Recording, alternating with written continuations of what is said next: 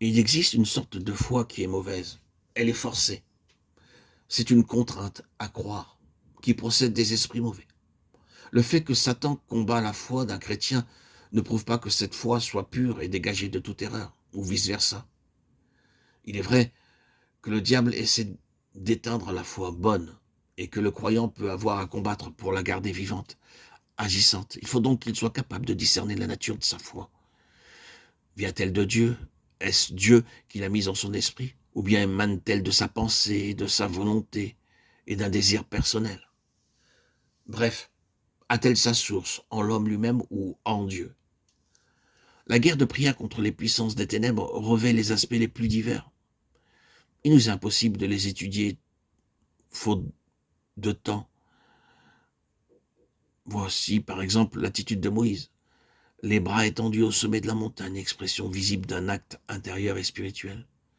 Le résultat de son action se traduit dans la plaine par le triomphe d'Israël. La cause de la victoire est invisible, mais quelque chose s'accomplissait dans le royaume invisible en réponse à l'attitude visible de Moïse. Et ce quelque chose était manifesté pour tous lorsque le prophète laissait retomber ses bras fatigués.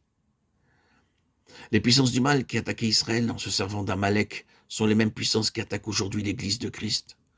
Moïse n'aurait pas pu, durant tout le temps de la bataille, affirmer à haute voix l'expression de sa voix en Dieu comme vainqueur et l'affirmer de façon ininterrompue.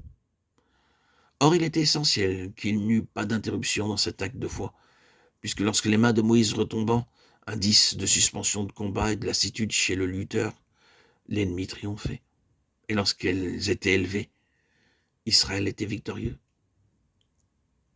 Il y a des instants où, dans une lutte prolongée contre les légions de Satan, le regard spirituel discerne que l'ennemi gagne du terrain quand la parole du témoignage fléchit, et que les armées du Dieu fort avancent lorsque ceux qui y priment maintiennent le cri de victoire.